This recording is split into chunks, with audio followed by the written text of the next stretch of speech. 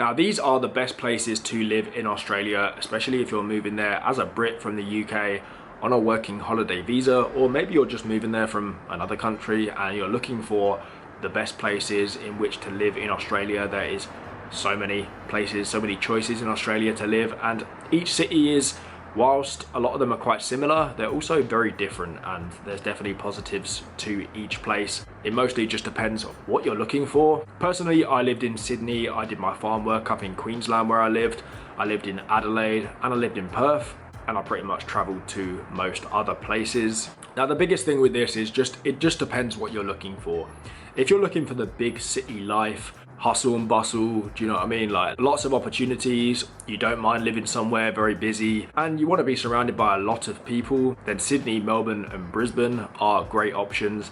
Obviously, big cities, each one of these cities has its positives. Melbourne, I think, is probably the best city in terms of opportunities in Australia. I think it's actually overtaken Sydney as the biggest city in Australia as well. Lots of opportunities in Sydney as well. Sydney's a better option than Melbourne if you're looking for the beach lifestyle as well. A bit warmer, and yeah, mostly the beach lifestyle. That's the benefit of living in Sydney over Melbourne. Brisbane's a bit smaller than the two. It doesn't really have the beaches, but Brisbane's a really cool city to live in as well. Again, lots of opportunities, and I feel like the vibe in Brisbane is just nice, and there's quite a lot to do there as well. So they're the three cities I would recommend if you're looking to live somewhere very busy, lots going on, and don't mind, living somewhere pretty crowded, because they are definitely the busiest cities in Australia, particularly Sydney and Melbourne, obviously. If you're looking for a city which is a lot more chilled out, still busy with opportunities, but a bit less crazy, a bit less busy, less traffic, and a lot more chilled out vibes, maybe you're looking for some amazing beaches as well, then I would recommend Adelaide and Perth. Personally, these were my favourite two cities in Australia, mostly because I like that kind of vibe. I'm not as much about the big city life, the concrete jungle kind of vibes.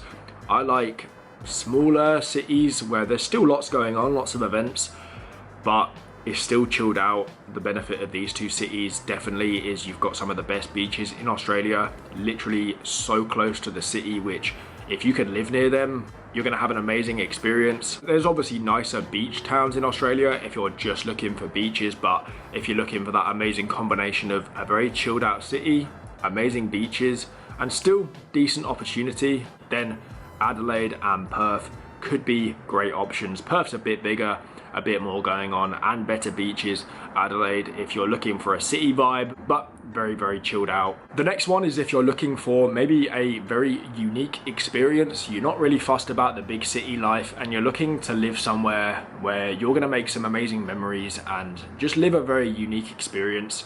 I would definitely recommend doing some remote work, maybe resort work, island work, that kind of thing. Farm work like I did.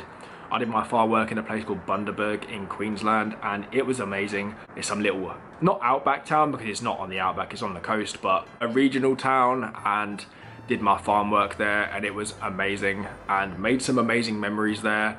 There's some beautiful beaches very close, and yeah, I just had such an amazing experience at farm work. And to be honest, when we go back to Australia, I think this, at least for the first half of our year, is the sort of work that we're looking to do. After living in the city for a while, I think we're craving that, that remote kind of vibe, living somewhere a lot more quiet.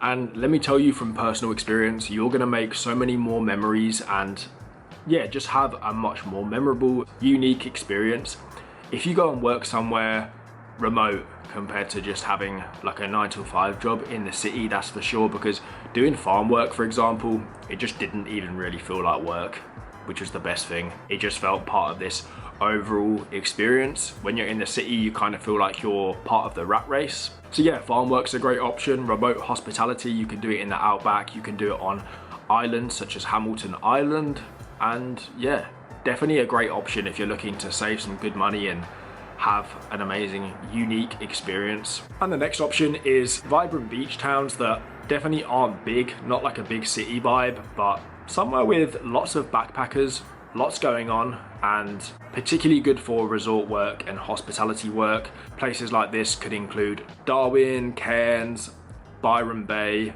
Noosa. These are sort of like beach towns that aren't big. They're not like big cities, but They're like decent sized towns, particularly Darwin and Cairns. And these could be great options for you to go and work in Australia because, again, you're going to get a unique experience. You don't have to go as remote as you do with the like regional work, but living and working in a place like Darwin would be so cool. I personally love Darwin. It could be a great option for you guys. So yeah, I would definitely recommend looking at them as well. So there's a few little points of advice on places that you can go and work in Australia on your working holiday visa. And yeah, mostly it just depends what you're looking for, but they are the main kind of areas that you can go into to work in Australia.